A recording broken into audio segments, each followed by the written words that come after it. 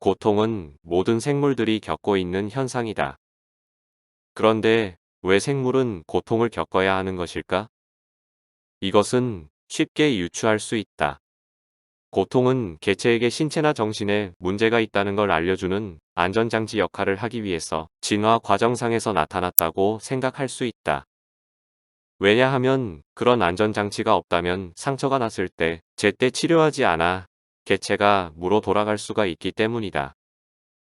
하지만 유한한 개체는 자신의 존재를 유지하는 것이 제1의 목적이기 때문에 고통을 느끼게 함으로써 존재를 보다 오랜 기간 보존할 수 있게 되었던 걸로 보인다. 고통은 신체적인 고통과 정신적인 고통으로 나눌 수 있다. 신체적인 고통은 상처난 부분이나 문제 있는 부분을 때우거나 고쳐서 고통을 제거할 수 있다. 하지만 직접 만질 수 없는 정신적인 고통은 어떻게 치유해야 할까? 현대에는 우울증, 히스테리 등에 대해서 여러 약이 나와 있지만 그런 약에 의지하는 것은 근본적인 해결책이 되지 못한다.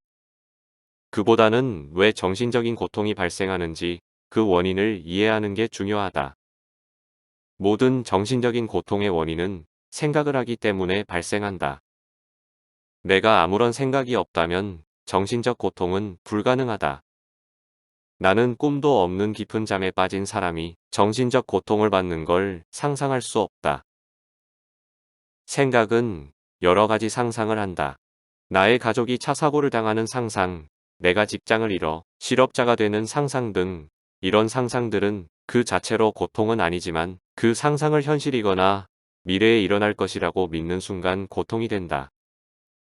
생각이 만드는 여러 상상 중에 가장 나를 고통스럽게 하는 것은 자아에 대한 상상이다. 자아는 나라는 이미지이다.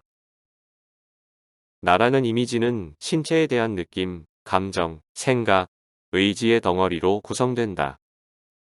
이렇게 구성된 나라는 이미지가 누군가에게 인정받지 못하거나 열등하거나 무시당한다고 생각하면 고통이 발생한다. 따라서 자아가 있으면 고통은 필연적이다. 그렇다면 자아가 없다면 정신적인 고통도 사라진다는 결론을 얻을 수 있다. 자아는 실제하는 것일까? 2500년 전에 한 선지자가 인도에 태어나 많은 가르침을 주었지만 그중 중요한 것 하나가 재범무아에 대한 가르침이다. 재범무아란 나라고 할 만한 게 없다는 것이다. 어떤 것이 나라면 그것은 항상 존재해야 한다. 하지만 나라고 하는 이미지는 꿈도 없는 깊은 잠에 들면 사라진다. 그리고 꿈을 꿀 때는 또 다른 신체와 정신을 나라고 착각하며 누군가에게 비난을 받으면 내가 비난을 받았다고 여기며 고통스러워한다. 하지만 꿈에서 깨면 그것이 모두 꿈이지 고통받는 것은 내가 아니었다는 걸 안다. 꿈속에서 경험했던 모든 사물, 느낌, 감정, 생각은 마음이 만들어낸 것이며 나는 어떤 형태도 느낌도 생각도 아니다. 꿈에서 깨었을 때도 사태는 다르지 않다. 나는 형태, 느낌, 감정, 생각이 펼쳐지는 공간이지 어떤 형태도 느낌도 감정도 생각도 아니다. 따라서 생각이 만드는 나라는 관념에서 깨어나는 것이 정신적인 고통에서 해방되는 일이다. 이것이 심리학과 종교의 차이점이다. 심리학은 자아를 수정해서 사회에 적응하는 것에 초점을 맞추는 것이라면 종교는 자아를 제거하는 게 목적이다. 하지만 사실 제거할 자아는 없다. 왜냐하면 그것은 처음부터 실제하지 않기 때문이다.